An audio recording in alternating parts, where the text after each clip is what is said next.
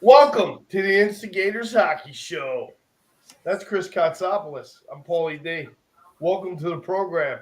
Not feeling so great, fighting. I'm a little bit under the weather, so I made sure I got my Cusser. crew here. It's Cusser.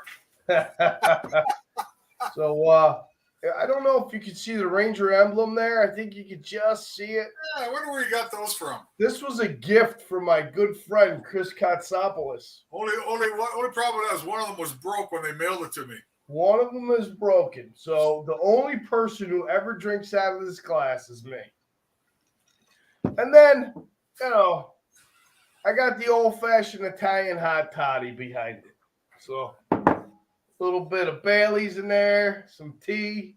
It's good I got stuff. some real beer, people. Look at that. What is that? Canadian. Getting a little low. Anybody coming down from Canada, don't be afraid to bring me a case. I know Beth was telling me she's under the weather as well. But what's up? What's up, Mike Mason? But she promised she'd be here as well. So with that being said, we got a couple things we're going to cover. We're only going to do a 60-minute show. So be ready. You better strap on, grab whatever you're drinking. No more time to be wasted. And away we go. First thing I want to do, Cots, though, we're going to talk a little bit about the Hall of Fame inductees for 2023. But this last week, a former teammate of yours, and you told me how to say it, and I forgot. Boria Salmi. That's it. You got it. Boria I Salmi. got it. Because it looks like borscht. So Boria Salmi, former teammate of yours. There wasn't a dry eye in Toronto with the ceremony. Fighting, what is it? ALS, yep. It came on quick and hard. Real struggling. So, Cots, I know you got some real good memories, and I know that this is pretty close to your heart. So, just talk about the time with Salming and what he meant to you and the team and some of the fun that you had. Well, it's really tough to talk about, Paulie, because I did play with him for 4 years. I sat right next to him in the legendary Maple Leaf locker room at Maple Leaf Gardens for 4 years, and watching him play before I made the NHL and playing with him was like just an honor. I mean, he was just a super person. He was a superstar as far as I'm concerned. Should be talked about as one of the top 10 defensemen of all time, and doesn't quite get the recognition worldwide hockey-wise for that. But it's really tough to talk about, Paulie, because what I remember of him is he was a guy that was like just in perfect, physical condition all the time. I mean, it didn't matter, 365 all year round. Where some of us guys, just little chubby guys, a couple other guys on the team, we always have to work our asses off in the summertime just to get down into playing weight and shape. But Boria could come right in off the street and fly up and down the ice, and make all that nice swift skill skating moves and all that stuff. And he had no problem. But more than that, Paulie, I'm going to get into about his tough times now, but I just want people to recognize what he did for the game. I don't think he was the first Swede that ever came over, but he was one of the first Swedish players that came over that played in one of the most dangerous, dirtiest times of the National Hockey League. That's when the big bad Bruins were out. That's when the filthy Philadelphia Flyers were pulling all their antics. I remember watching games as a teenager, when Boria first started with the Leafs, they absolutely tried to kill him on the ice, the Philadelphia Flyers. Wow. Because they were just filled with goon squad and tough guys and dirty players like Bobby Clark. Yeah, Bobby, you were a dirty piece of shit. I'll say it right now. Okay. And Boria lived through all those times. He played through that stuff, Paulie. And, a lot of people, at the time were like saying, the chicken Swedes. Well, Boria was far from that. Boria was a true fucking warrior. End of story when it comes to his career. He had all the tools, he had all the abilities to be a superstar, and he was a superstar. And I would argue that he's probably, if not the greatest Maple Leaf of all time, he's pretty damn close. Wow. Now, the ALS thing, boy, I talked to a former teammate, Bob McGill, who I hope we can have on the show one day. I also talked to Al Iafredi, is definitely going to come on the show in the future. And they told me they were there, they seen him, and it just doesn't look good, Paulie. I mean, it hit him fast. Yeah. He's deteriorating day by day. Mm. His spirits are up, but just to see him, the way he was in that ceremony. I mean, I watched the full thing live. I had tears in my eyes at the end of it all. I'm sure everybody in Toronto had tears in their eyes. I'm sure anybody that watched it, if you're not human, and you didn't have tears in your eye, then you're not human. You know what I mean? Sure. It's sad. It's sad to think about a guy like him with this, I'll say it, fucking horrible disease. It's not a good disease, period. And I'm pulling for him. I think a lot of people are pulling for him, but it was just hard to see, plain and simple. Yeah. Yeah. Yep. It's always hard, especially when it hits home like that for you. Let's talk about some of the good times, though. Talk about you got a couple stories you might be able to share. Boria, Boria liked to have a good time. No question about it. I think, but then again, so did I. I mean, after games, it didn't matter. We went out quite a few times. We had a lot of fun together. Guys on the team kind of looked up to him and stuff like that because he was there through, like I said, the dirtiest times of hockey, and even the '80s, it was still tough to play. But we enjoyed ourselves when we went on the road. I'm not going to get into any details here. I mean, it's not fair to get into any details because I'm just as guilty as him when it comes to that stuff. But I do know one thing. Boria was like the king of whatever. I guess staying late in the bars whenever we got there. And then I got traded there, and I kind of looked him in the face and said, "Well, you got competition now." And he kind of looked at me like, "Oh, really?" So one night in Vancouver, it was I can't remember what time it was, but the lights are flashing off and on, and there's Boria and I, like two gunslingers, still looking at each other, wondering who's going to give up first. It never happened, but I enjoyed my time with Boria. He was a great teammate, and again, I was privileged and honored just to sit next to him in the dressing room. I mean, he's the king. He's the king of Sweden. He was the king of the Toronto Maple Leafs at the time. And again, it's not far-fetched to say that he might be the best player that the Toronto Maple Leaf organization ever had. Wow. That's a powerful statement. And I think go look at his numbers. People look up his numbers. I know Davey Keon, another guy I played with, believe it or not, was voted as the most popular Toronto Maple Leaf of all time, but Boria could be right up there with him. That's awesome. That's awesome. I think that's a great place to move on. And he's still up there. Apparently, he might be coming in for the Hall of Fame game this weekend, too. So he might still be coming up in Toronto. He might still be there. I'm not positive, but Al Iafredi told me that the Leafs are playing in some kind of a alumni Hall of Fame game up there, and he's going to go see Boria and again. So Good stuff. Well, I think Toronto did a great job with the ceremony, showing them love, appreciation. Like you said, I don't think there was a dry eye.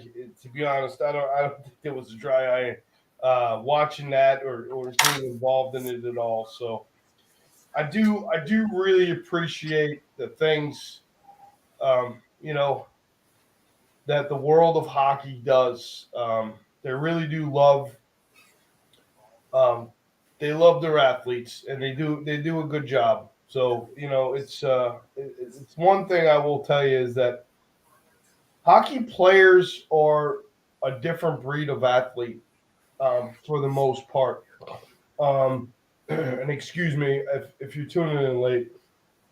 I caught a terrible cold, so I sound a little nasally, and I might have a couple of sniffles. But with that being said, I will say, man, the hockey family, um, though it's not as what it once was, is still the athletes are very well grounded. They do a lot of great things, charity wise.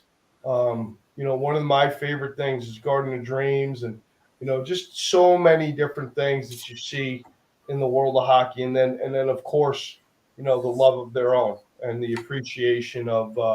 I saw something last week where I believe it was Bergeron tapped another player and was asking about, before the face-off, was asking about the man's wife who was suffering from, some kind of ailment. So it's just it's very powerful how the hockey family is still very close knitted with a lot of things, and they did. Paul, let me add to that. It's a difficult. It's really a difficult thing because once you retire, you've gone to war with these players. Okay, no matter what teams you're on and how many teams you play for, and you're like ass and underwear for that time. You know what I mean? You're such good friends with each other, and then all of a sudden one goes one way, you go another, and you might not talk to each other, see each other for a long, long time. When I say a long time, it's like I never talked to Ron Gresser, since 1990, and then I got to see him again in 2006. So 16 years went by. You know what I mean? And it's like, we picked up right where we left off. It's the same thing with like every pro hockey player is like that because, I talking with Al Iafredi today. I mean, like I've seen Al many times over the last few years, but just to sit there and talk to him for like 20 minutes on the phone, it felt like we were back in the dressing room again. Right. In the meantime, I'm turning 64, and Al's probably around 58 now. You know what I mean? Right. We're getting up there in age, so and that's the way it is. And I'm hoping that I can get in touch with Borja before this thing ends this week, and I'm trying to get some of the guys up there to maybe get some info, just so I can send them a message. Yeah. Excuse me, I got to sneeze. Go ahead. Hey, you don't get colds in Florida, do you? Excuse me. You actually we got snow up here, people. We got snow. You did a piece too, Kotz. You spoke. Yes, I did. For I can't remember if it was a Swedish reporter got in contact with me, and I did this a couple weeks ago, actually. Yep. And so, it was a little more detailed. It's. I'll probably post it again one day. Well, I'd like you to post it on the page, and then hopefully we can actually get it translated. Because that's the biggie. Get it translated. I don't think it's that hard, to be honest with you. I'm sure there's some software in there that. Well, you remind me at the end of the show tonight, and I'll get to work on that. Get it posted. It's a pretty good article, and a little more detailed than what I talked about here tonight. So. Yep. All right. Well, let's move on a bit here. We're going to talk about the class of 2023 Hockey Hall of Fame. Could include Lundqvist, Kotz. I got to put the glasses on sometimes, so here we go. That was inevitable. Your glasses one day, so. I mean, I'm going to get a new pair, but here we go. Usually I don't need them. Daniel and Henrik Sundin, Daniel Alfredson, Roberto Luongo. I mean, the names go on and on and on and on. But and Herb Carnegie and an African player, black player, Herb Carnegie as well. Yep. Great hockey player up in Canada that somehow couldn't bust that color barrier because of all the problems back then, but was a legend up there. Yeah, and that was all in the class of 22. Yeah. And now the class of 23 is next. The vote starts in June. First year eligible. I'm just going to run through some of the names. I'm not going to read every single one. Corey Crawford is a name that is the first name listed, to be honest. Henrik Lundqvist, very impressed there. Justin Williams. I don't know. He was affectionately named as Mr. Game 7. Let's see here. Rod Brindamore. I'm really surprised. I mean, he's been eligible since 2013. Is it just because he's never won a? Did he win a Yeah, he did. Stanley Cup? Yes, he did. He did with A Carolina. Hurricane. Yeah, he Yeah. did. I mean, this guy for me, he's a Hall of Famer. Should have been there already. Um, Patrick Elias. That's a name that you haven't heard. Sergei Gonchar. Curtis Joseph. Kotz, I was talking to you before about that. I found this funny. He's been eligible since 2012. The funny thing about it is he has 454 wins. He has more wins than Hall of Fame's Terry Shorchuk, Jacques Plant, Tony Esposito, Glenn Hall, Grant Fuhr, Dominic Hasek. He has all more wins, but there's one win he But, doesn't have. but There's one win he doesn't have. That's he the doesn't have Stanley Cup win. he doesn't have one of these here like I don't, like many don't. Right. See that? Reggie Leach. Listen, you could go on and on and on with the list. There's so many guys that I'll call it as it is that obviously should be in the NHL Hall of Fame, and yet there's a few in there that have no business being in there. Period. Here's But another one. it's also it's a buddy thing, Paulie. Political. That's what it Yeah, is. I don't disagree. Here's another one. Alexander McGillney. Korea was inducted in the Hall of Fame in 2017. Now McGillney's been eligible since 2009. McGillney played 990 games, scored 71 more goals than Korea, and 43 more points. McGillney also won the Stanley Cup with New Jersey in 2000. Mm-hmm. Got a gold medal in the Olympics with the Soviet Union. Blah blah blah. Yet he sits and waits. You tell me. I don't know. You want to talk about political? Well, you tell me. Everybody wants to, say Fetisov and all those guys, the guys in Vancouver, really broke the NHL wide open with Russian players. But McGillney was just as big a star and probably just as big a reason why the Russians came over and did as, I mean, I don't know. I mean, you know me, I'm not a big Russian hockey player fan, but McGillney deserves it. He's one that deserves it. Yeah, I don't disagree. So, a couple more guys to talk about real quick. I mean, we'll run through a few more, but two guys that I really liked when, I think I know who one is. Jeremy Roenick Yeah. and Keith Kachuk. I thought, I thought you were going to say Datsuk. not yet. I didn't see it. But Zetterberg's in here. Oh, yeah. Well, Pierre Turgeon. Pierre Turgeon deserves to be in, too, as far as I'm concerned. Roenick. I think Roenick, listen, again, it boils down to this, Paulie. When you take numbers and you compare it to guys that are already in, okay, there are so many that aren't even in the area of the Hall of Fame that have better numbers. Yeah, it's crazy. They may be missing the Stanley Cup, but not all of them. You know what I mean? Right.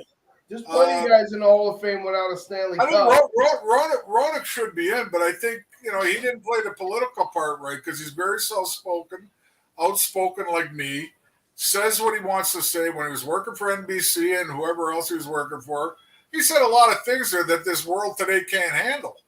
Yeah. You know what I mean? Which is a lot of bullshit as far as I'm concerned. You're supposed to be able to, say what you think and think what you say. You know what I mean? Right.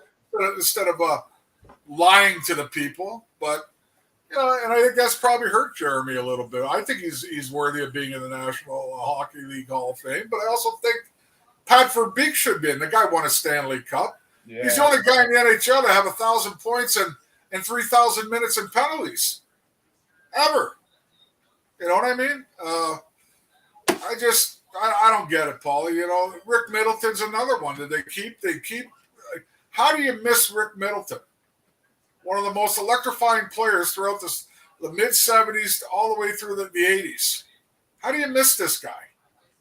You know what it is? It's a lot of bullshit. It's a lot of politics. There's some guys we even know that I played with that are in on the voting Hall of Fame that, they're just playing the game just to keep themselves in the NHL. That's all there is to it. Yeah. They don't want to shake the tree a little bit or rock the boat.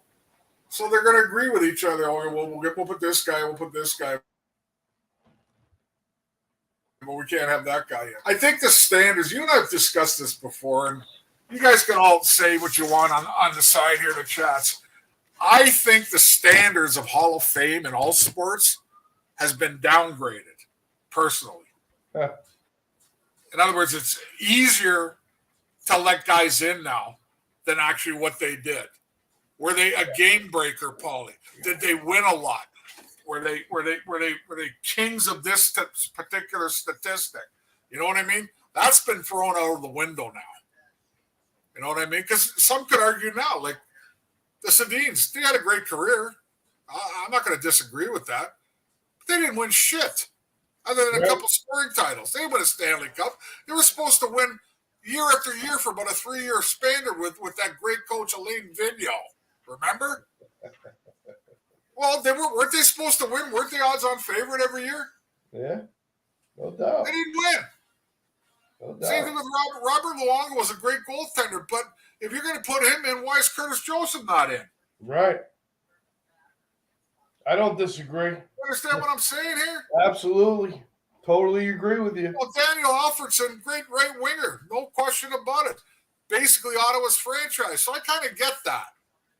You know what I mean? When they broke in as a franchise, he was their first real superstar. So I get that part.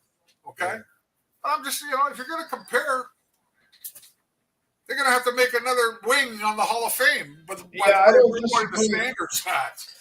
Well, and I was just gonna. Here's where I come in and I act like an ass here, but that's a great point. Where's the standard? You have a double standard. You don't have a recognizable standard of who should be in and why and where and when and how, and you got one player's got more points. You got one player's got more games won, and yet have been waiting for years to be inducted in, and then you got guys that are less than and are already in.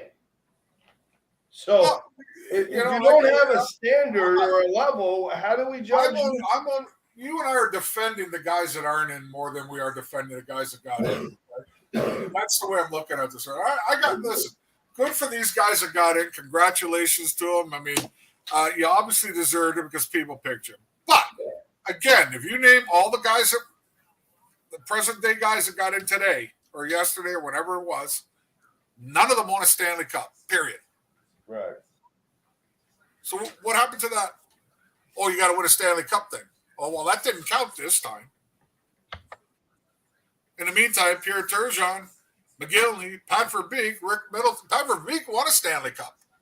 You know what I mean? Yeah. I just don't get it. I don't get it at all. So I think this. I'm going to leave it at this. I think all the standards, because I'm a sports fan, not quite as much as I used to be. I used to watch all the sports, but I think all their sports are all degraded. In baseball, there was a time, Paulie, if you hit 400 home runs, you were guaranteed the Hall of Fame. Well, that turned to shit. That ain't guaranteed no more. Right. You know what I mean? Yeah.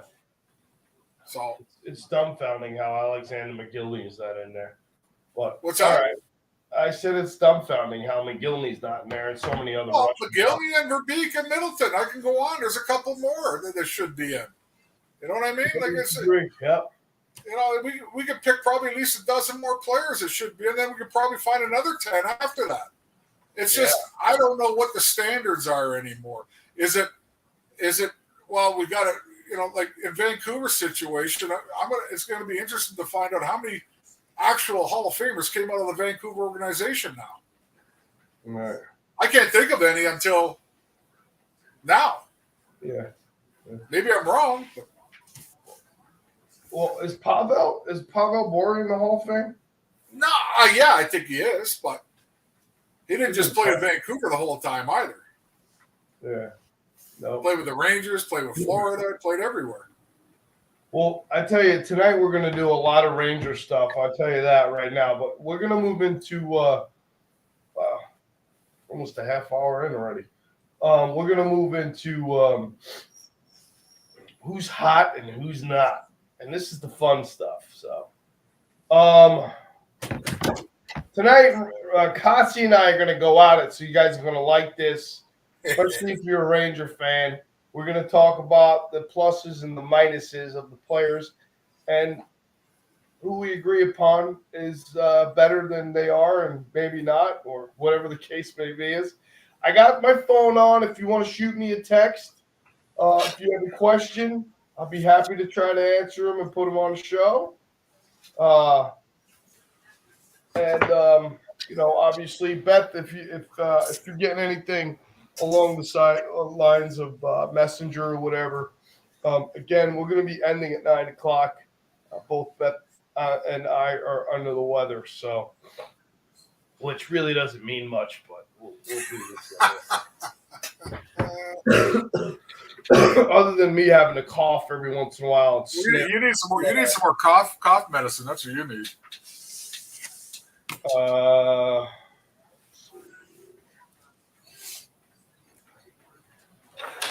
You getting a question there, big boy?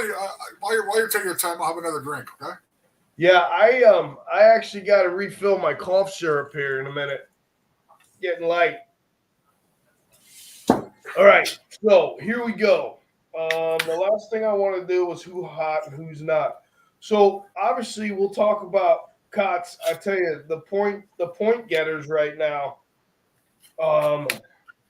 Nothing's changed really, except nothing's changed at the top except for the bottom 8 has changed a little bit because it's still McDavid, it's still Draisaitl. McDavid, 15 goals, 17 assists, 32 points. This guy is just amazing. And it's in what, 16 games? Yeah. I told you he's on pace. He's gonna get 140 to 150 points this year if he stays healthy. Insane. That's insane. So obviously we know McDavid and Draisaitl number 2. I'll tell you what. Well, and McKinnon's he's creeping. I thought he would have a couple more goals right now. He's only got 4 goals, but he does have 20 assists, which I am a little bit surprised there.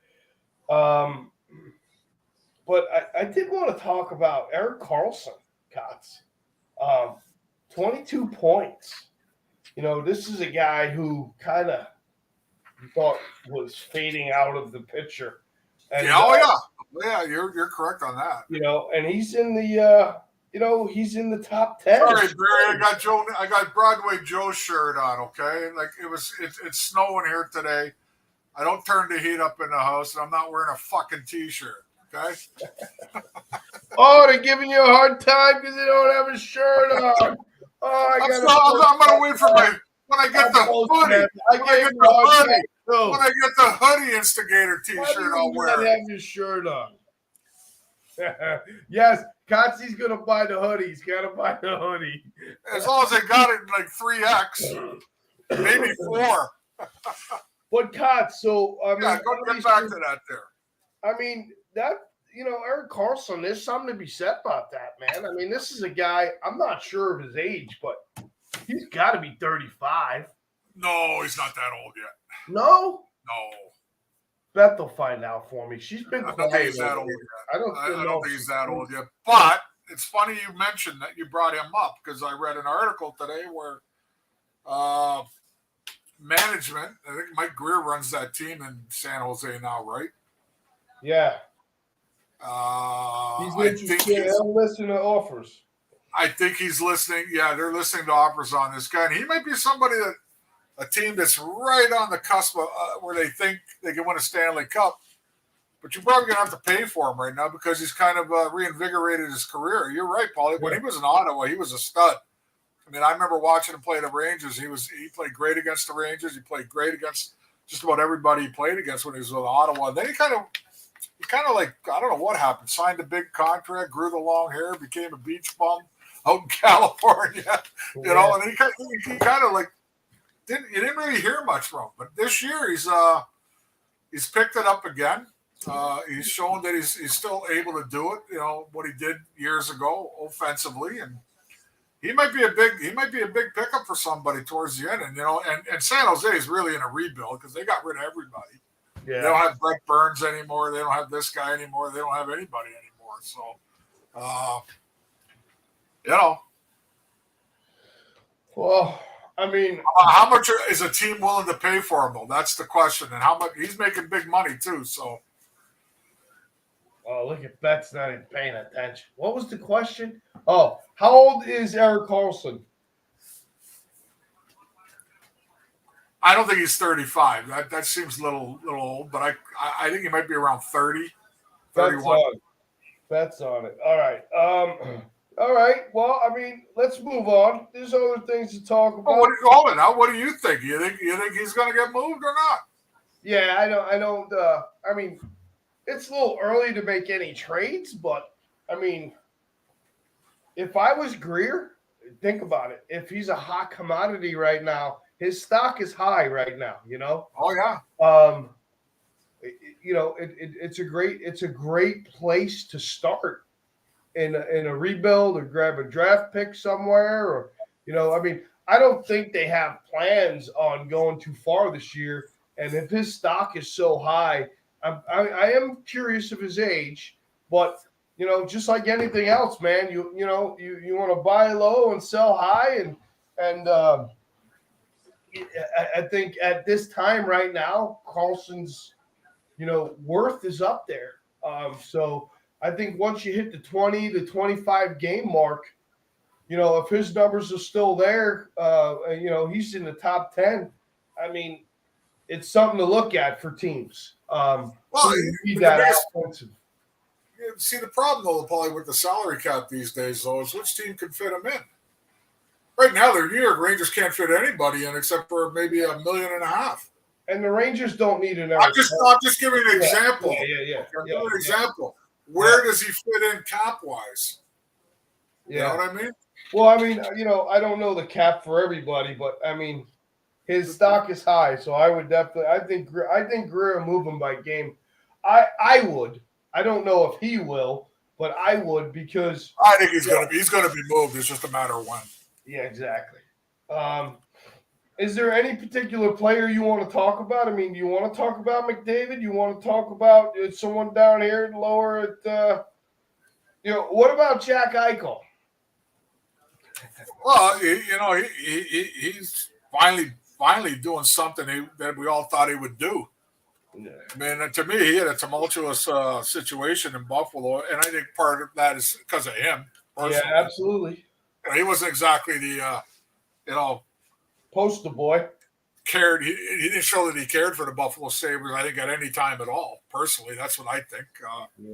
But, now he's making everybody, eat their words about whoever criticized him. And that's probably me, too.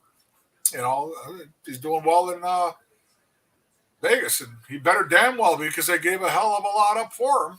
You know what I mean? So, no doubt. Well, good for him. I'm not gonna rain on him forever. I mean, he obviously had the talent when he came out of into the draft, but I think he was a little bit spoiled, a little bit, all this in Buffalo, and Buffalo finally had enough of him. Mike leads me into the next question, to be honest with you. You look at Pasternak, and you look free agent after this year. Rantanen. You look at the Boston Bruins. Who expected this? Did anybody expect the Boston Bruins to be who they are right now? I mean, I didn't.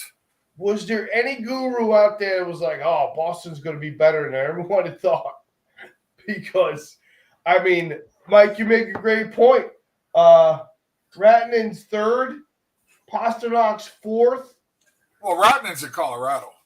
I mean, you look at Pasternak, though, and I'd like to know how old he is. 25 points, dude. I mean, where's he coming from? Well, he's always been a good player for them, Paulie. It's just, that team, I think it took everybody by surprise because, it was at first, is Bergeron going to come back? Tied for third. The Penguin there got hurt early. You know what I mean? Krejci came back. Their goaltending wasn't 100%. But here's what's happened with the Boston Bruins, okay? And they fired a coach that was pretty successful, too. Remember that. Yep. Okay? So here's what's happened with the Bruins. Go look at their roster, people, and show me where they're just filled with really, really like 20-year-olds. They're not. That's a pretty veteran group there now, Paulie. Like all in the midway part of their careers. Okay? Their defense 2-3 years ago was really young, but it's not that young anymore. They've all had 2, 3, 4, 5 years of experience. Their goaltending's held up. That team's for real. I don't give a shit what anybody thinks. We all probably didn't think it was going to happen with them. I didn't think that they were going to be cellar dwellers or anything like that. But I thought they'd make the playoffs, but they're not going to go away from contending for the top 2 or 3 teams in the East. Let's put it that way. They're not going anywhere. They're going to stick around there all year because they're a damn good hockey team. They're skilled. They play good defense. They can score, and they're physical. They're physical. That's part of the game still. Yeah. Well, and like I said, though, Pasternak is a guy that he's going to get a lot of money from somebody. Yeah, well, like I said, Bruins better wrap him up before they make a big mistake. Because somebody's going to give him what he wants eventually. I mean, he's tied with Rantanen for 25 points. He's tied for third. And I don't know, man. I just don't know where the Bruins came from. I mean, I know Pasternak's, he's a good player, but to think that he would be tied with Rantanen in third in scoring right now, I don't know, man. It's not just them. They got to level out, though. But there's other guys on that team that are scoring. DeBrusque, a guy that didn't want a couple years ago or last season, benched him for a while. He's scoring goals. They're getting contributions from everybody on that team. Yeah. And Pasternak just happens to be the guy leading. And yeah, what's his face? I call him the Penguin. He's starting to play well for them again. And getting Krejci back didn't hurt. McAvoy. I mean, they're a pretty good team. Yeah, is McAvoy back? I believe he's either back or he's on his way back. Yeah. All right. Yes. So we're gonna get into some Ranger stuff. I'm getting a lot of Ranger questions. All right. Where do we start? Well, we'll do hot and not for the Rangers. We'll go through plus and minuses, but I got a couple questions everyone wants to ask. Right. Say it out loud so I can go grab myself another beer because this is going to be a good one. Geez, look, This will be a good one. He gets up for the questions. It's all right.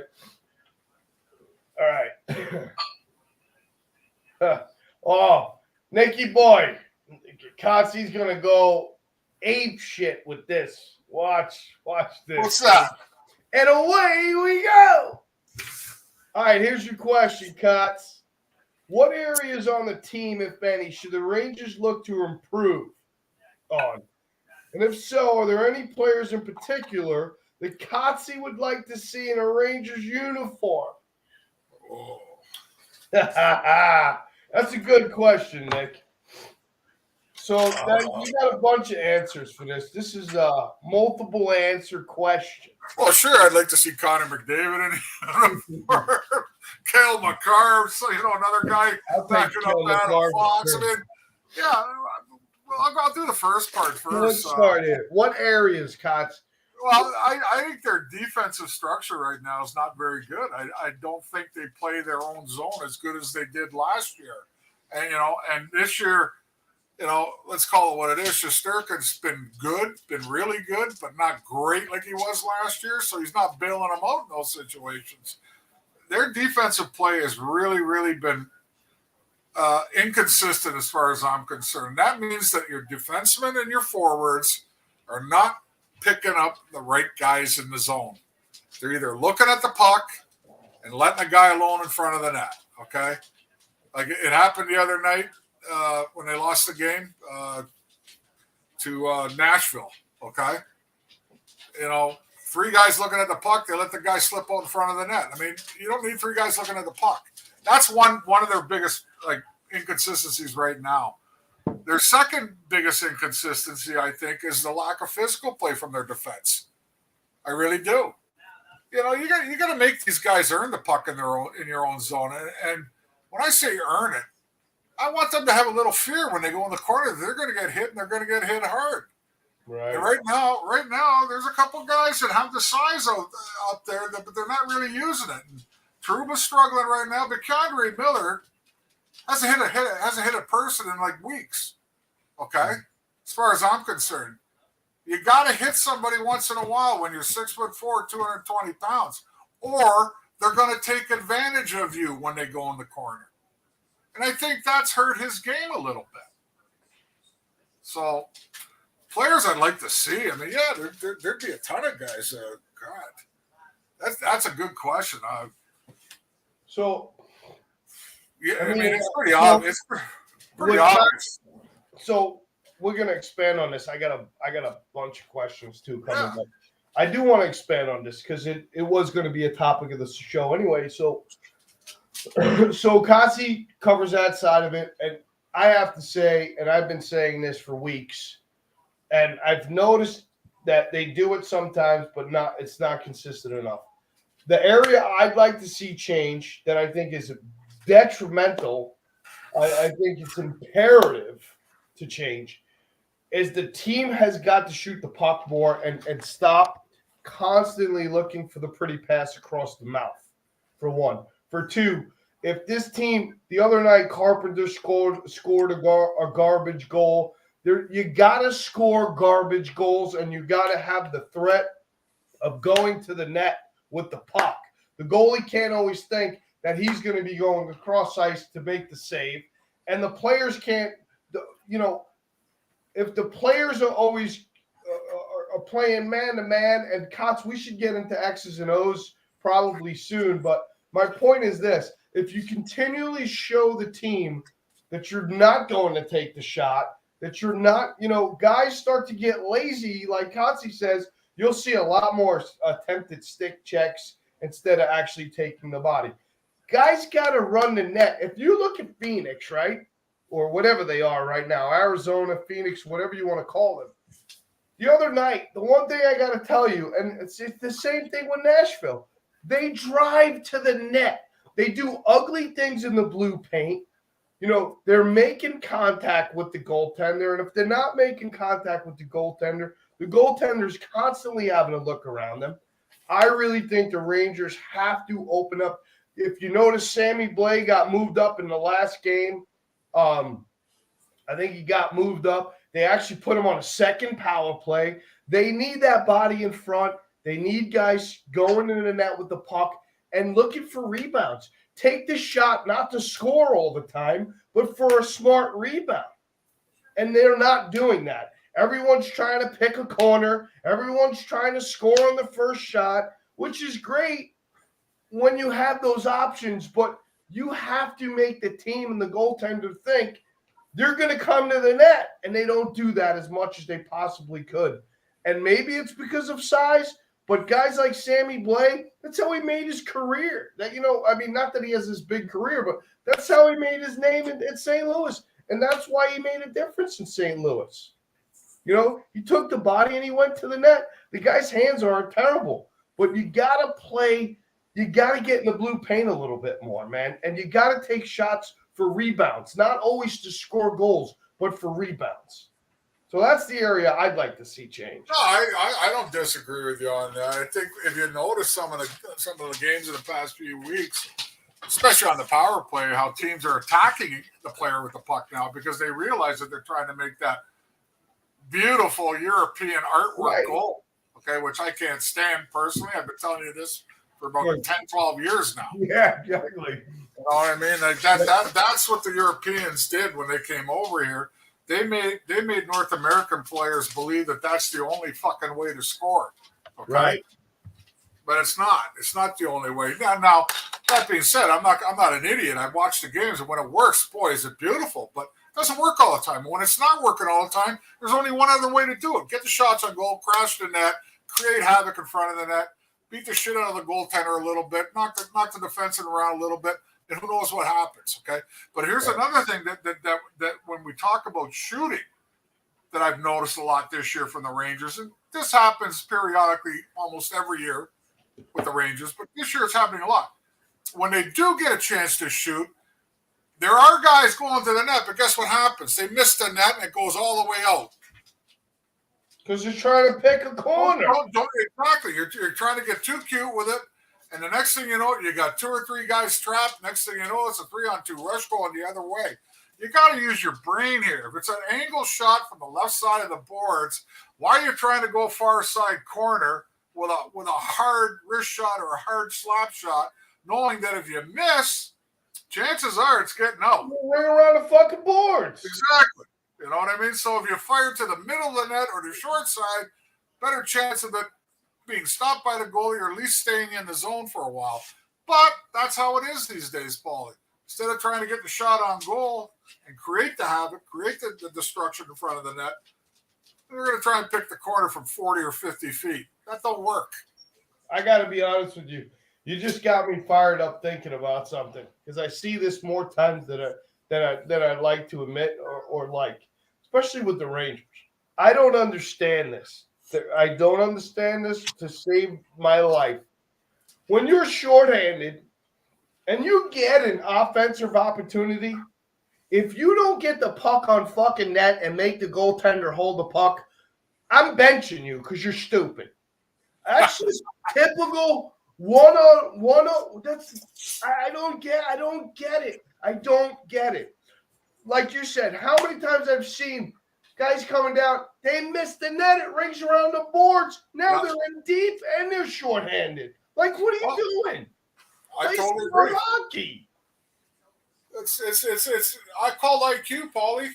You gotta have a hockey IQ to play this game too. I mean, oh my God, it never makes sense to me. It drives me up to the fucking wall. That's simple 101. You learned that when you were in Pee-wees. If you ever get an opportunity when you're shorthanded, you go to the net with the puck, make the goaltender hold the puck, stop the play, you're down. They got to come 200 feet. That's 101, man. It's also called, Paulie, it's also called situational hockey. Look, right. If you're up 4-1 and it's the middle of the third period, you can miss the net. It's not going to hurt you. You know what I mean? I get it. In a tight game, you can't take that chance because maybe your defenseman's pinching in, and guess what? He gets caught because the puck went around the boards. Yeah, you're in trouble. I don't know. What I mean? So it's called situational hockey. I see it more than I'd like to admit. Sorry, I got to go with the cough drop because the voice is starting to go out real quick. Nick, as far as anybody in a uniform, I mean, gosh, that's a loaded question. Yeah, well, I mean, realistically, geez, I mean, there's so many guys you'd want. I mean, realistically, how can you do it? In the old days, you could do it. You could just buy them. Yeah, no, I mean, but I think the question is really, realistically, what would you like to see from what we're seeing now? You know, I think Kotze and I were talking about this before the show started. Is I think the Rangers need another veteran defenseman. If you're asking me, yeah. But I don't just want a veteran defenseman like a Braun, how they picked up last year, who was okay, right. But I want one that's got a little more meaner. Yeah, I want one that's a little more meaner that's going to make players pay when they go into the corner with them. I mean, the game is still physical, maybe not as nasty as it was in the old days, but it's still physical. And you can still hit somebody, and you can still hit somebody with intent to put them through the boards. You know what I mean? Especially in your own corners. As a right-handed defenseman or a left-handed defenseman, don't be afraid to plaster somebody when you go there instead of do the rub. I agree. I'd like to see a veteran defenseman that's got a little bit of meanness in him, you know, back there, and somebody that can play at least 10 or 12 minutes a night too. You know what I mean? Not a guy that just, you know, okay, it's going to be Adam Fox every other shift. You know what I mean? You got to have a guy that can play. But forward-wise, I think it'd be great if we could go out there and you know, as Chris Drury and the boys could go out there and find a guy that's just nothing but a pure goal sniper. You know, somebody that understands that when the puck comes to me, my job is to put the fucking puck in the net, not to stick handle, not to pass, not to diddle around with it, is to shoot. Agreed. You know what I mean? So yeah. Mike, I don't know why Panarin doesn't shoot more. He's very crafty, and I mean, obviously, he leads the team in points. I think he's actually in the top 10. He's in the top 10, and he is very crafty, and he is skilled, and he is one of these superstars of the league, regardless of what anybody thinks. But he's also, and I'm not a big stat guy, but when you're not doing as well as a team like you should, I know the Rangers are 8-6-3. They're still, in a playoff race as of right now. But Panarin, I think, leads the team in plus minus too, though. Like he's a -8 or something like that, Paulie. Yeah. I think a lot of the times he creates more than he makes mistakes. So you got to live with that. You got to live with that, because if there is no Panarin, who else is going to create like that? Cots, everyone, I do apologize, but I just noticed this article, and if you know anything about me and how we ran the show for 12 years almost, I didn't notice this article until it came out at 5:00 today. So I've been a little bit under the weather, so forgive me, but I got to save room for this. The NHL managers are discussing potential rule changes in the evolving game. About the skate. I haven't read the article. Did you, Cots? Yes, I did. About the sleeves? Are you talking about the sleeves, the Evander Kane thing, right? Yeah, well, all it says is discuss potential rule changes. Well, the potential rule change they want to put in is I don't know. Longer gloves? No, they want to have players wear sleeves that are uncuttable. Kind of make some kind of sleeve that comes all the way down to your hand that a skate cannot penetrate. Yeah. Put that in. Listen, I'm not upset with that. I think that's. I'm not either, because I crossed over. I didn't cross over as a player, but I crossed over as I started playing alumni games and games across Canada with the Legends of Hockey. That I do have those small gloves, okay, that I play with now. And yes, there's a big gap. There's a big gap there. And, we're talking about a game where it's still pretty dangerous out there, regardless of how good the equipment so-called is today. And Evander Kane's a good story, but it's not the first time this happened, Paulie. Problem is now, it came out now because everything's so, media orientated now. But, Ricky Maher happened to him in Binghamton. Ron Duguay, I remember one time got his Achilles cut because he never used to tie the back of the top of his skate up. So the back part would lean back when he went forward. And a skate got him down there. Those skates are like. Let's put it this way: if you don't have a butcher knife at home, just take a hockey skate. It'll cut through anything. Well, you can chop steak with it. You can chop bones with it. It's a dangerous weapon when used like that. Yeah. Well, I don't really see a ton in this article, so now I'm not too disappointed. Except for, I don't know. I'm sure you're familiar. I don't know if it's a rule change, though, Paulie. Like, maybe you're talking about something else, but they're talking about mandatory. Yeah, I don't know why they don't make the glove come down more too, but I like the sleeve. I'm all for it. The only thing I really saw in that article, to be honest, was the helmet rule. I don't know if everyone's familiar with the helmet rule. Are you familiar with the helmet rule? When it comes off. Yeah, you have to either leave the ice or get the helmet on pretty quick. Yeah, that's you want my call on it? I think it's oversensitive, and I think it's a stupid fucking rule. Yeah, I don't disagree. Personally, so what are you going to do if all of a sudden your helmet just happens to slip off when a guy's on a breakaway? Are you supposed to stop skating after him, or you're the guy on the breakaway? What if you're the guy on the breakaway and the guy's chasing you and knocks your helmet off? Right. Oh, okay. I got to stop. I can't go shoot now. I got to stop everything. Stop. Fuck out of here. The NHL's pulled some real boners with their rules, Paul. One day we'll get back into it because some of these rules that they put in the last 10, 12 years are still stupid. Like shooting You know, the puck out in your own zone. yeah.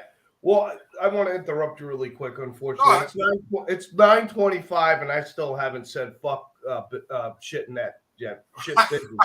So I wanted to just get that out. I gotta always get that once a day. I gotta get that out. Fuck biz shitty. All right, Cots. I say we're gonna go an hour. We're 5 minutes away, so we're gonna go over an hour. Let's hit it up. Let's hit up the Rangers right now. All right. So wait. Oh shit! I got another question for you. Hold on. This is a good question, big boy. So we're gonna run a little bit past this. Carl, I like this question. I definitely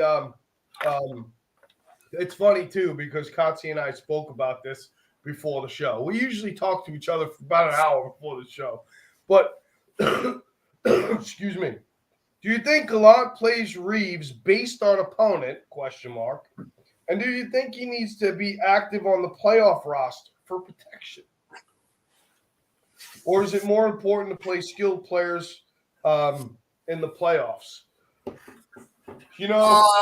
I think Reeves is winding down his career. Has been a good player for everywhere he's been, and I think he understands the situation because I did read the article today, and I've seen this in my day where that kind of player who's well liked by his teammates wherever he goes, defends his teammates, plays tough for his teammates, sticks up for his teammates.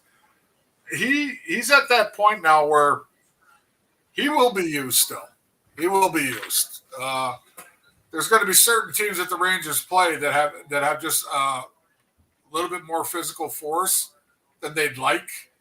So you got to put Reeves in the lineup just to keep things even on an even kill out there.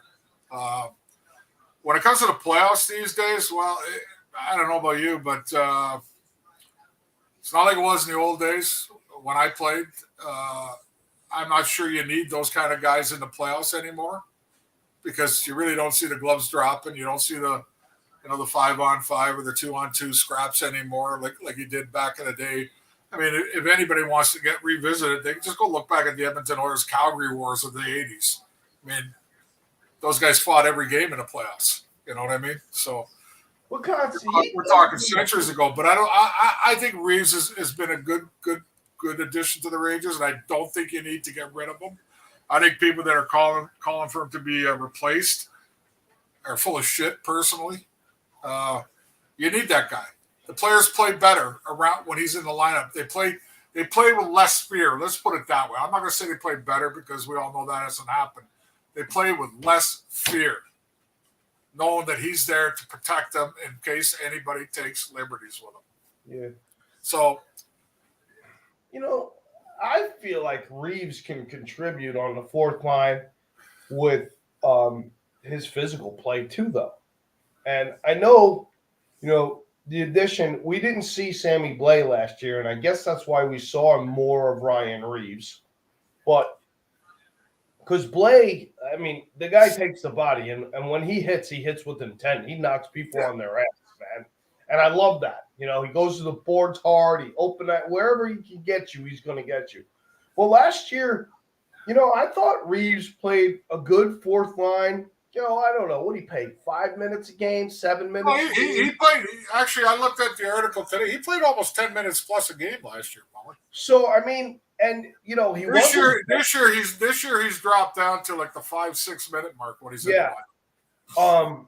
But I think, I don't know if he's hurt or is nursing an injury. Maybe no, he's not hurt. He's not hurt. It's just this is what we're getting into now. We're getting into the fact Gerard Gallant is putting a lineup in according to the other team's physical attributes. Right. If they're going to be a real physical team, I guarantee it, Ryan Reeves will be in the lineup. Reeves is going to play. And when they're not, like the other night, he didn't play against Arizona because Arizona is not exactly King Kong on skates. They're a small team. You know what I mean? So. But he did play against Nashville, and they're a big heavy. Nashville's monsters. You had that McCarron guy. You got Tanner Janot. You got Ekblad. He played against Philadelphia. Yeah. He didn't play against the Islanders. Now, I don't know. The Islanders didn't dress John. Well, that's only because Ross wasn't in the lineup. And Matt Martin doesn't want to do it anymore. You know what I mean? He doesn't really want to do it anymore. Yeah. So. Yeah. He's going to be a situational player, I think, basically the rest of the year. And I think he knows that because if you read the article in the New York Post today, he explains it himself. He's working hard. He's doing extra work after practice. He's doing the bag skates, keeping up his conditioning, trying to stay ready when he's called for. He's saying all the right words, and he did have a talk with the coach. It was a brief one apparently, but about what's going on, where do we go from here? And they kind of let him know, and he kind of knows where he is. And when you read the article, you're talking about the Post writer talking about maybe is it time to send him down to Hartford? You know what I mean? I'm like, oh God, here we go again. Experts with a pen and a typewriter. What do we call them? We call them keyboard warriors these days. Oh, what did I call him? I used to call him Jimmy Olsen. See, that's how old I am with the pad and the pencil. Oh yeah. But no, he's definitely going to be a situational player, I guess, especially with the everyday with Blake, because Sammy Blake can play very, very physical. Sammy plays physical, but I'm not so sure he's a guy that he's gonna step up to a guy that. No, he's not going to drop. Guy goes and runs Adam Fox into the boards. Is Sammy Blake going to fight Nicholas Delorier from Philadelphia? You know what I mean? I don't think so. You know what I mean? No, I'm talking about just the part where Sam, play physical, wearing down defensemen, things like that. I'd like to see more out of Sammy Blais right now when it comes to the offensive side, but I'm going to give him halfway through the season because he is coming off a pretty bad reconstructive knee surgery. So, from what I understand, it almost takes a year before you feel great again. He's there, less than a year and he's on the ice. Yeah. Well, I think his game his offensive game has progressed.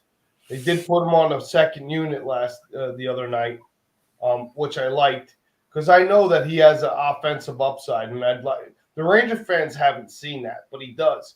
The guy will score some garbage goals for you. Actually, his hands aren't bad, man. You're going to be very surprised. No, but he is having a tough time, Paul. He's got he's not fine, 0-3 in 10 games or whatever he's played. I don't know what he's played. So he'll hopefully. But he's not the only one. But he's not the only one. That's not producing. Cots, who right now is the best Ranger? Right now? Yeah. I would probably put in this order. Right in the last couple of weeks, I would say Adam Fox. I would say Barclay Goodrow. And I'm still going to stick with Zibanejad because night in, night out, he may not score every night, but he kills penalties. He's out there on the power play, and he's out there in the crucial situations. And Barclay Goodrow offensively is doing more than you expect out of him. Yeah. And Adam Fox has caught fire. He's caught fire the last couple of weeks when it comes to the offensive side of the game, and he's really creating a lot out there. Yeah. Those are the guys that are standing out right now to me, okay? Cox, what do you think? You and I had discussed, and listen, I'm a big Jacob Trouba fan. I was glad he got the captain. I thought he should have got the captain last year. And rightfully so. I think he should have got it last year. But he's struggling, Chris. And yeah. And why do you think? I think that pair is struggling, personally. Him and Keandre Miller are not playing up to their abilities right now. They're not playing up to what I think most people would expect them to play. I know you disagree with me on the Keandre Miller part, but I'm still not seeing what everybody's seeing out of him. I know by watching what I've seen from him from the beginning to now that there is such a high summit for him. If only. There's, the if onlys? You know what I mean? If only he would learn how to use his size in a more physical way to create space, to have guys not on him constantly in the corner, so he can use the stick handling ability, so he can use the skating ability, so he can use the reach other than poke checking. Okay? He needs to be more physical to reach where he could be as a National Hockey League player. And if you don't see that, then you're watching the wrong game. Well, I definitely Trouba right now, I think, is in a situation where he had such a great year last year, being captain. I don't know. It seems like every time somebody gets picked a captain in the last 10 years at the Rangers, this thing happened to Ryan McDonough too, remember? Yeah. All of a sudden their game goes down a little bit. Trouba's not playing a horrible, but I don't think he's playing as well as he was last year. And he might be trying a little too hard, but I think he'll snap out of it. But that pair right now, I think, are not living up to their standards. They're not. They're just not, in my opinion. You know, poor Lindgren. Lindgren can't stay in the lineup. He gets hurt all the time. But, I mean, Fox and Lindgren have been okay. Schneider playing with a myriad of guys, you know, they've been okay. But you're like you said, those guys get a lot of ice time, Trouba and Miller. They get a lot of ice time. So, obviously, they're counting on them to play better than what they are, Paulie. Yeah. And for the Rangers to go far, those two have to pick up their game a little bit. But they're not the only ones, Paulie. I just want to add one more thing. They're muddling around right now. There's a lot of Rangers that are muddling in sand right now. Like they're working hard, but nothing's productive. Okay, yeah. You know what I mean? There's more than a handful right now that are in that situation. You think how do you like Gallant putting together the kid line again? Well, you know, I as much as you and I debate the guy that plays center there, I think it's probably a good idea because, yes, they did have some success last year in the playoff, and I never denied that. But, you know, a 3-run game in the playoffs and a 3-run game early in the season does not make you a solidified superstar line.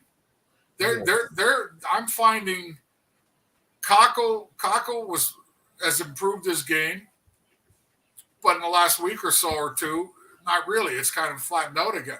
Lafreniere is still struggling to put points on the board. He's another one. I mean, here's where you and I differ on him. He's supposed to be a Zibanejad. That's what he was thought of when they drafted him. I understand. And he's nowhere near that.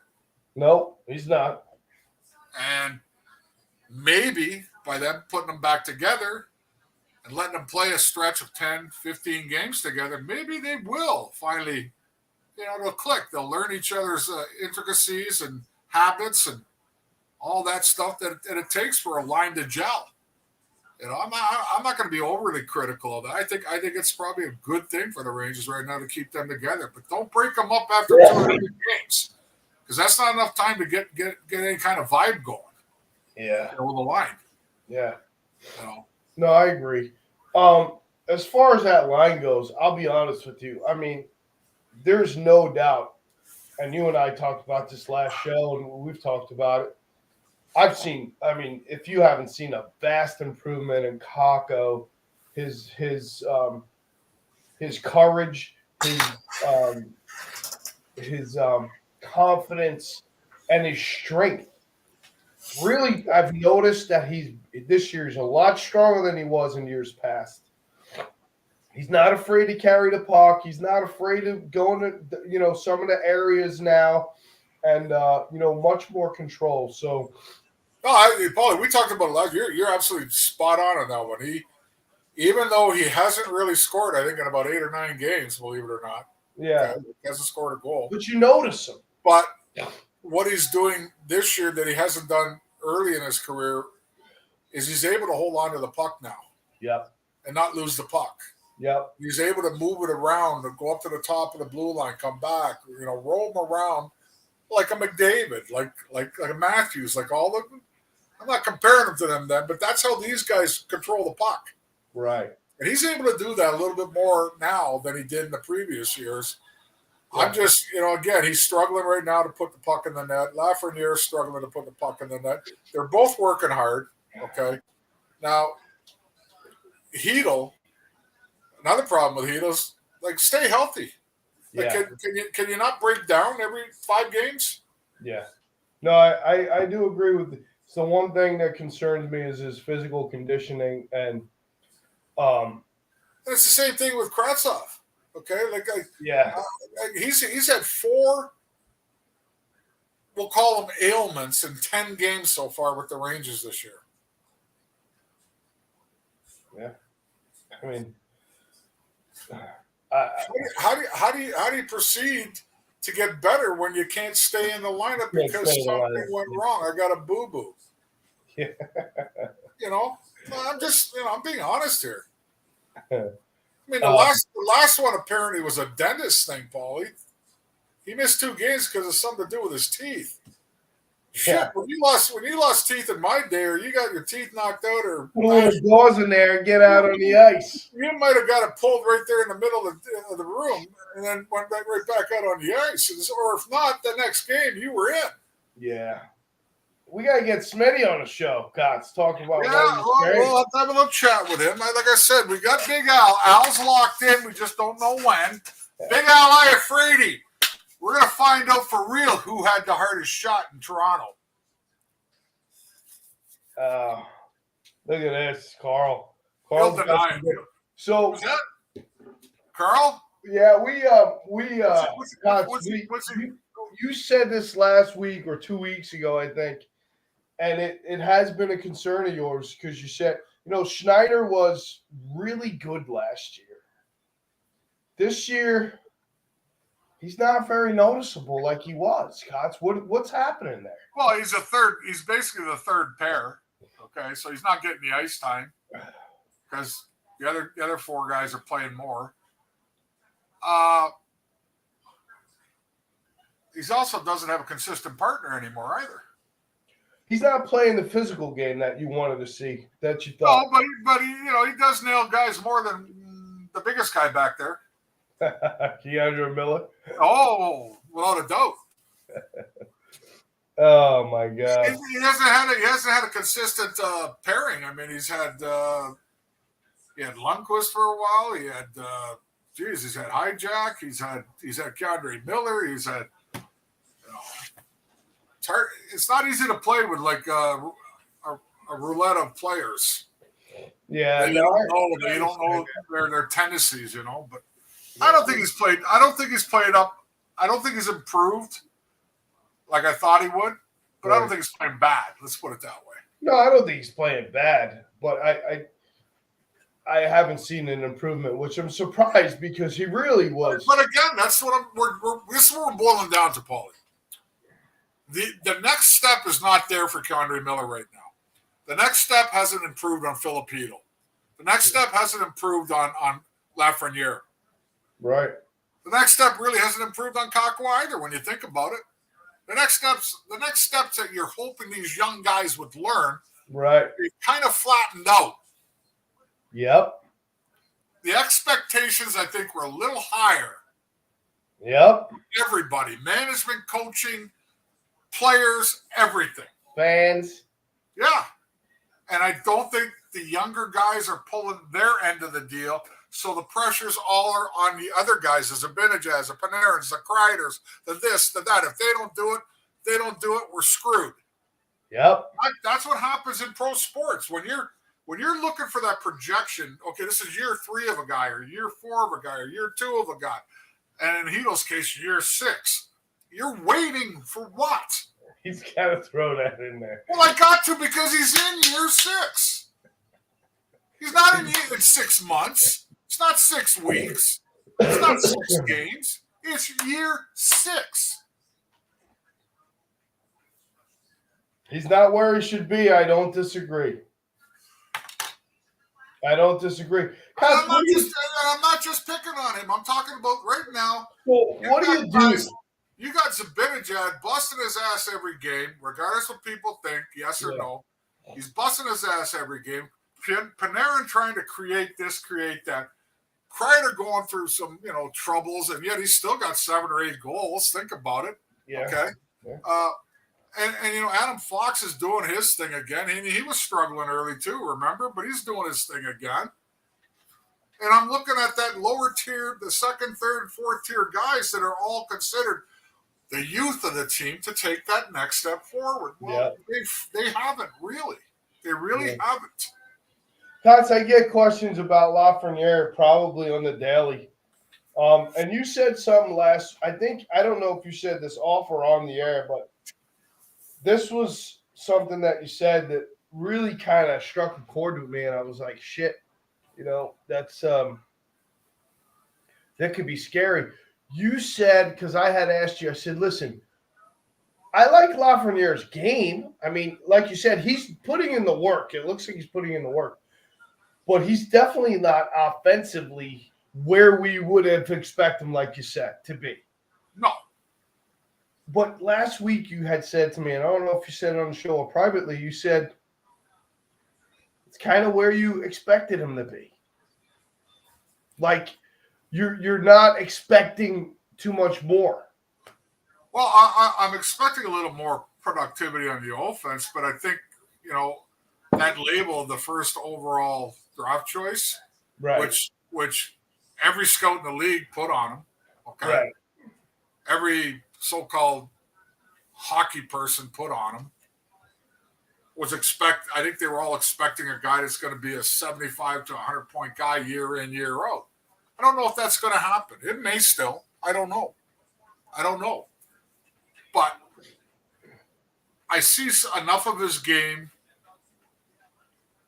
that the chances are there, and he does create plays, but it just doesn't result in, being on the scoreboard. They just haven't worked. It's not a goal, it's not an assist, it's not that. Could have been, but it wasn't. But he's never going to – I don't think he's ever going to be – like, I think everybody expects when you're a first-round draft pick overall that you're going to be that game breaker like a Connor McDavid. Yeah. He's not that kind of player. Yeah.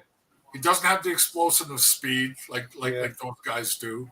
Yeah. I mean, he handles the puck well, but he doesn't have that speed like those guys do. So he's going to have to, I think he's just going to have to do what he does, and hopefully, like you're saying, and we just said a little while ago, if the kid line clicks, then you're going to start seeing points pile up all three of those guys, which should make you very happy. With the guy in the center, then I won't call him the donut line anymore. No center. You know what I mean? You know what I'm saying? I know what you're saying. It'd be great to see those guys. Those are the guys that have to start contributing right now, Paulie. Those three guys right now, if they're going to stay together as a line, don't wait on the fourth line. Don't wait on that, whatever they call the second line with Trocheck. The third line has to start producing. Yeah. If you win a game scoring 5 goals, those guys got to be on the score sheet. I agree. You can't be the top 2 lines all the time. I agree. I tell you what, though, I will say that I like Vinny Trocheck. I like his game. I think he's really I think he's going to come into his own on the team. I really like Vinny Trocheck's game. He plays hard. Kot's not afraid to throw the body around a little bit. He's very physical. He goes to the net.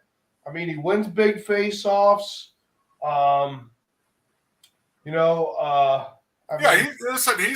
He's been positive. He's been a positive pickup for the Rangers. Yeah. There's nothing I could say about his game that, oh boy, he works hard. He goes both ends of the ice. He wins a lot of face-offs. Sometimes he doesn't win them all, but he gets chances every game. Yeah, absolutely. I mean, absolutely. What more can you ask? What more can you ask from the guy? Well, he's a guy I think should be, who's going to be scoring the garbage goals if these guys would shoot to the net, because he'll go to the net, man. I think the problem is that the Rangers look for, he's on that line where Panarin is fantastic. Don't get me wrong. He's a dangler. He create.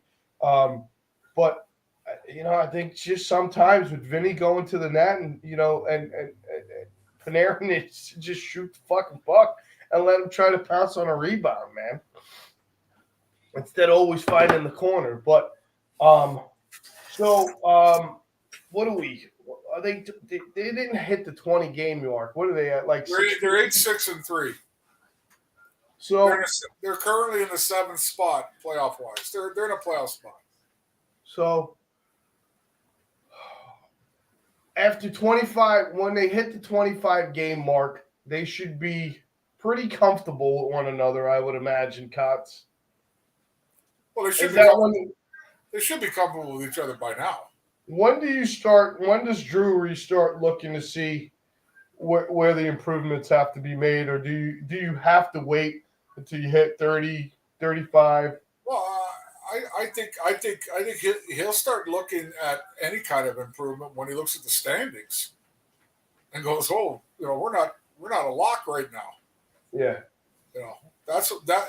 And then once there's two ways that works. If you're not a lock right now, then you're going to have to do some scrambling to bolster the team just to get in the playoffs. Yeah, which I don't think is going to happen. I still think they're going to make the playoffs. If they get into the middle of the pack in the East, like 4th, 5th, then you might want to make a move just before playoffs to maybe give it a real good run. And you might have to give up some of those, young guys that are underperforming.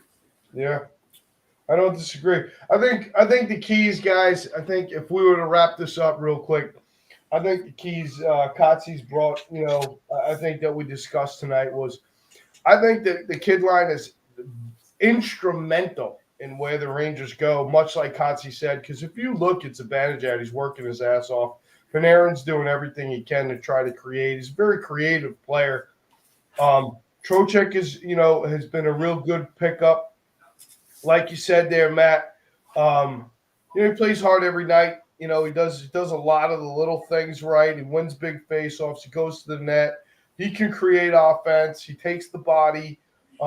So it's going to be the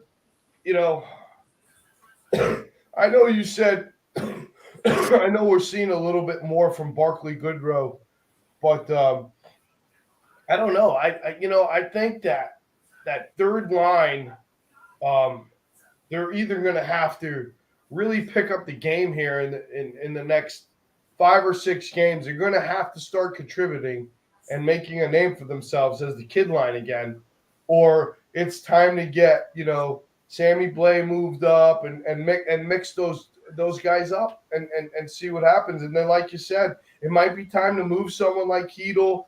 I don't know where Kravtsov fits in this, to be honest with you. I mean, I haven't seen anything from the kid that's been impressive. If anything, he seems real soft, and not able to stay healthy or in the lineup. So, I mean, I don't know his contract. I have to look it up. I don't know if it's 2 ways, but if it is, no, it's not a 2-way. It's not a 2-way. So he's got to. He could still be sent down though. It doesn't matter. But he would have to make it through waivers, wouldn't he? Well, if that's the case, that's the case. I don't know. Yeah, I don't know if they're willing to lose him on waivers. So, other than that, man, I mean, I don't know. Is there anything else you want? Oh yeah, there's one thing I want to say too. Is like people get off the Halak thing, okay? You gotta blame this guy because he hasn't won a game in 5 games. No. He scored 5 goals in 5 games for him. He had 1 iffy game. 1. Yeah. The other ones were all winnable. The guys in front of him did their job. Yeah, I don't disagree with you. I mean, I watched the short version of the Nashville game, and I mean, what do you want him to do? Yeah, I mean, I don't. What do you want the guy to do? One, you got you can't blame goaltending there, but here's a guy hasn't won. Right now he's on pace to tie Gilles Villemure, who lost his first 6 games. Right. And Gilles is a good friend of mine. I hope you're doing well, Gilles. And he's got a 2.77 goals against average. Yeah. That's not horrible, Paulie, these days in the NHL. Yeah. You understand what I'm saying? Yeah. That's with him losing a game 5-1. Yeah. He's got a 2.77 goals against average. And Ranger fans, lock. Halak, Halak, Halak. And I'm like, where's the scoring when he plays? Yeah. He's more than capable of being a backup to Shesterkin. So get off that train, people. Well, I think by next week's show, guys. I mean, I think I'll have more to say about the line that everyone's talking about, and obviously, Kotze and I think Kotz makes a great. I think Kotze really. I think Kotz answered the question for what Ranger fans are asking. Why aren't the Rangers where they are? Why aren't they living up to the expectations everyone has? And I honestly think that I think the expectations were high for some guys, and Kotze makes a great point, and I see Heedle's upside, but I have to agree that Kotze makes a great point.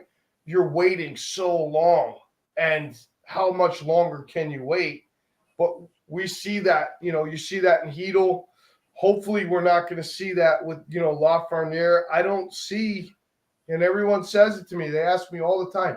Number one pick. The Rangers got a number one pick overall, and he's not the number one pick that everybody wants him to be. He's not a McDavid. He's not that guy. He's not he's not a Sidney Crosby. He's not that number one pick. And unfortunate, again, I don't know what to say. I don't know what you're going to see from Lafreniere, but Kotze makes a lot of really good points that here's this line, here are these three guys that there's a lot of stock put in to see, when you ask the questions, why aren't the Rangers where they should be or where everyone expected them to be, is because these guys aren't contributing at the rate now that they think, especially like guys like Heedle. It makes a lot of sense. I mean, I see the guy's talent, but he's not on the score sheet every night, and he needs to be. And if he's not, then, what are we going to do? And then, you don't want to see the same thing with Lafreniere, and you don't want to see the same thing with Kakko, even though I think out of the three guys, Kakko's improvements this year, he looks very confident. And I think getting that line together, hopefully it's going to build all of their confidence. And then I think Gallant's going to spread him out again, because I think Kakko got confident again on that first line. And just, hopefully he's going to spread that as he gets playing with other players. Yeah, and Paulie, I know I'm repeating myself before we go, and you and I have discussed this many times. And I know I'm repeating probably to people listening tonight. Look at who your top six players are. Who are your top six players forward-wise? Yeah. They are the bulk of your money. You didn't get Trocheck to put him on the third line. Right. Zibanejad's not there to be a second liner. Yeah. So Philip Heedle, after 6 years, has done nothing for himself to displace a second liner or first. I can't disagree. Lafreniere, in the 3 years he's been here, has done not enough to displace Chris Kreider. Right. It's the same thing with Kakko. Not that they're playing horrible, but you are where you are right now as New York Rangers because of you. Right. Not because of anything else. Right. Agreed. Perfectly said. That's it. Matt, I know, man. I know, but the point is the point. And that's exactly Kotze's point. He's in year 3 and he's just not the player that we expected out of. So we'll see. Hopefully we're all wrong and things start to look up, but I don't know, Kotz, and I got to get ready to get out of here, but I don't know why development seems so much slower with some of these players. And you talked about, Keandre Miller. We've talked about the kid line. We don't need to talk about it again. Schneider. the development seems so much slower. And I think a lot of it is like this. It's because of the team's standing. Yeah. It has everything to do with the team's standing. The Rangers were not a team that was a cellar dweller, Paulie. You already had Zibanejad as your number one guy. Right. Okay, you had Strome as your number two guy before this season. So in order for Hedel to jump into those, he had to beat one of those two guys to get the ice time he wants. Sure. Well, he's never proved that over 6 years, as far as I'm concerned. Agreed. I don't disagree with that. I agree now, with that. Kako, number 2 pick overall, and Lafreniere, number 1 pick overall. Put them on the worst teams as those draft choices, and you might see a better player because guess what? They're going to play 20, 25 minutes a night now because they're going to be automatically put into the number 1 slots. Yeah. They didn't do enough on their own to show that, okay, maybe I can take this guy's spot. Right. Because we already got an established first line center and a second line center and a first line winger and a second line winger. Yeah. People forget that, eh? Again, I'm not making excuses, but it's where you're drafted. No. If you look at Guy Lafleur's early years in Montreal, they were booing the shit out of him. Okay? They were unhappy with Guy Lafleur's first couple of years. Guy was a stud coming out of junior, and they were booing him. Yeah. What did he turn into after, the older guys went away and he progressed? Yeah. You know what I mean? Yeah. Because he couldn't make the first right winger right off the bat. Right. So I'm hoping it works out for these guys because, being a Ranger guy and all that shit, I want them to do good, but I got to be honest about it. We're doing a show to be honest and tell what we think's on our minds, what we think is the truth. You and I, we disagree on a lot of things, but we agree on a lot of things. Yeah. Right now, the biggest fault with the Rangers right now is the guys that you expected to step up, take their game to another level. They haven't shown it yet this year. They're still stuck on last year's level. Yeah. That's not good enough. Agreed. Not good enough. So there's your answers, everyone. I don't know why Kotz isn't a coach in the NHL, man. What's that? I think because I wouldn't be woke enough. That's why. Well, are you kidding me? You think I'm going to put up with anybody's shit on the ice when I'm coaching? Wow. Not putting up with it. I know you're not. You instruct somebody, you tell them what they need to do, and if they don't do it, they're going to hear about it. I think the Rangers need to bring you in as a consultant, though. I think you should work with the defenseman. I think you're 100% right. I love Keandre Miller. I got to tell you. I think he's an amazing talent. But Kotze makes a great point. He's 6'5", and he doesn't hit anybody like he should. And maybe he relies on the reach. If he was doing what Cale Makar does every game, like put points on the board, carries, controls the power play, contributes to the offense, then nobody would care about him not hitting anybody. Right. He's not doing that. Yeah. So, well, I'd love to coach him. Him, I would coach. He doesn't realize. I don't think he again. I'm repeating myself again. He does not know how good he can really be if he added that. I totally agree with you. And it's only one part, but it's a big part. For his position, especially, and his size, man. You can't. When you become a player that people don't want to go in the corner with, that people know are going to give you a hard time physically, they don't forecheck you as aggressively anymore. Yeah. They kind of reach instead of running their 100 miles an hour and slam you up against the boards. Yeah.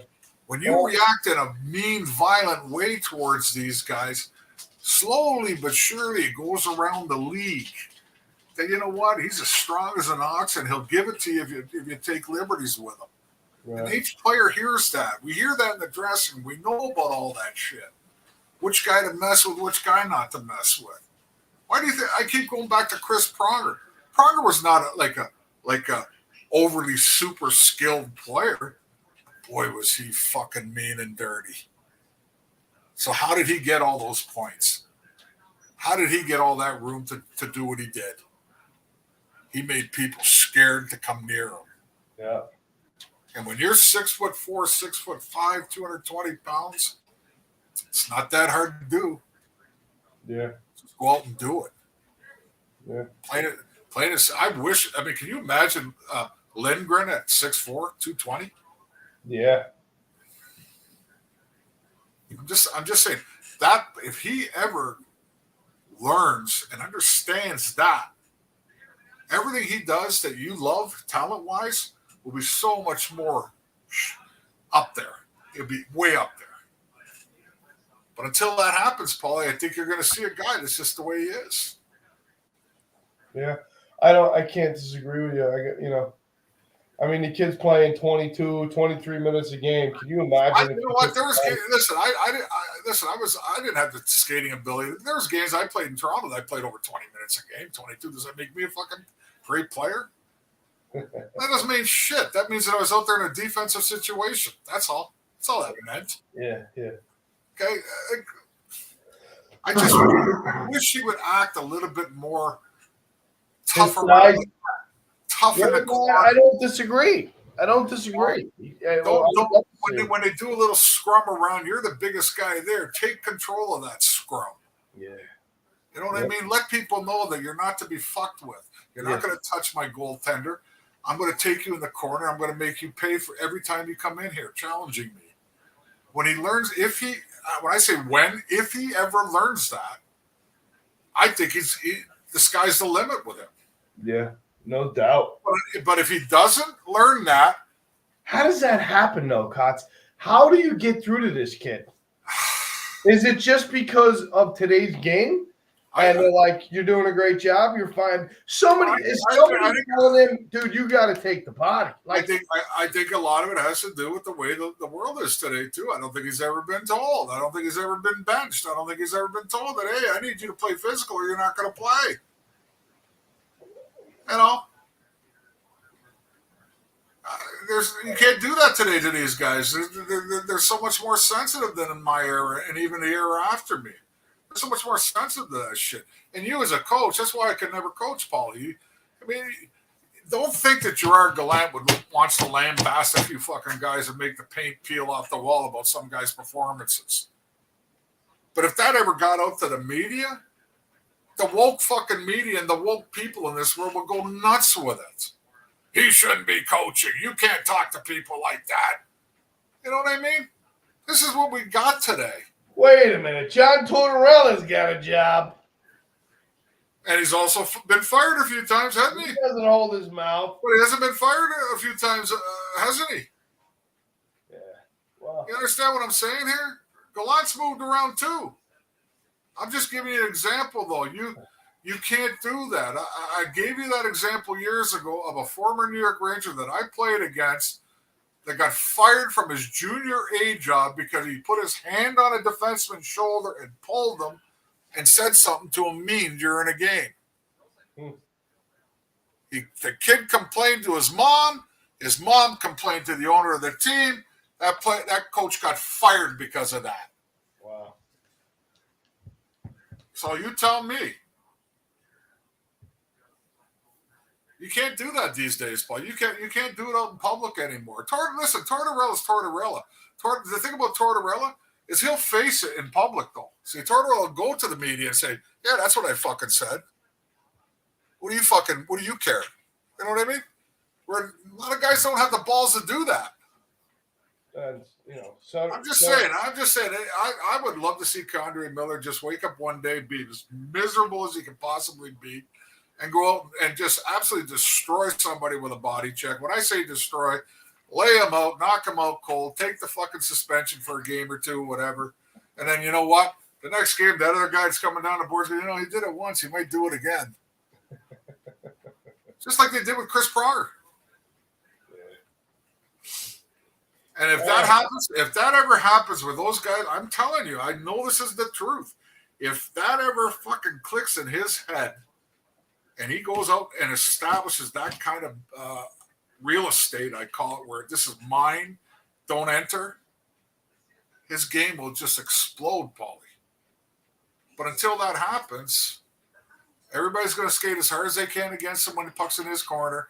Everybody's going to play him hard. They're going to hit him after he passes the puck, all that shit. That's how you know when guys fear you. They don't follow through on their check, Paulie. They reach. Okay? When you see guys getting, like, nobody goes after Ryan Reeves out there. You know what I'm saying. You can see they're reaching. Nobody goes after McDermott. Nobody hits it. You know what I mean?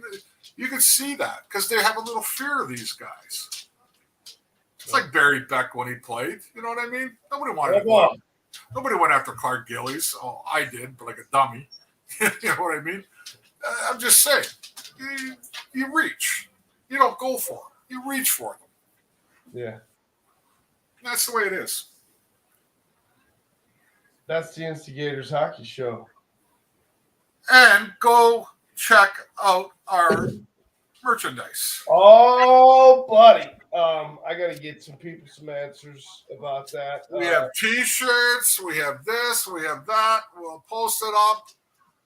Go check it out. Don't be afraid to dust off them wallets and get those razor blades out of your pockets. Oh, buddy. All right. You want to join the exclusive club and wear a shirt similar to Paulie D's? Look at that. That's what you get. Tell me that's not great. No, I love it. I love it. I'll wear mine next week, but you're gonna have to get me a hoodie because it gets cold up here. Oh, jeez. Gotta get him a hoodie. Gotta get him a hoodie, and I need a beer mug. Next week, I'll be drinking beer again, but looks like Tuesdays or Wednesdays. I love this glass. It's gonna be the days, guys. So obviously, we try to go around the Rangers schedule. So if they play on a Tuesday night, we'll probably do a Wednesday night show. Play it on Wednesday night. We try to do a Tuesday night show. And we're gonna work on some guests. Ally Frady will be one. I saw Barry thinking maybe we get John Smitty on to talk about wrestling with the the orangutan. Remember that? Yeah. Oh boy. Smitty's got some good stories from back when I played in Toledo in the minor leagues, and he's got some stories for us. That'll be real good. Yeah. Talk about being a trainer in the 80s, baby. Oh, 70s and 80s, all the way through the 90s. Smitty was around for a while. These guys seen it all. The stories are amazing, man. Amazing. If you're an old-time hockey fan, if you like the rugged shit the way we do, you'll love some of these stories, man. The stuff these guys did and seen and whatever else. Not like now when they're waiting for the dentist for 3 days and can't play hockey. I don't get it. But anyway, so I just want to say, usually Tuesday or Wednesdays, but we'll post it. We'll let you know when the shows are on. Other than that, check out the merchandise and let's go. There's the Hounds. The Hounds are saying goodnight too. You can barely see them, but I'll put the light on for you. Release the Hounds. Here they are. One of them is sweet, and the other one is Satan. Luna fits in. She's got the pink collar. And Boss is the one that likes Paulie. So he's got the angel and the devil with him. My boy and girl. Good boy. But all right. Anyway, good night, everybody. Let's go Rangers. Seattle's big game tomorrow night. Thursday night. They got a 4-game stand out there. Seattle's like in third place in the West. Yeah, they got their work cut out for them. I think this road trip is going to do them good. I hope this road trip is going to do them good. Exactly. Other than that, I'm going to take some NyQuil and go to bed. Good night, everybody. Good night. Let's go Rangers. All right, you need to go out, go eat some snow.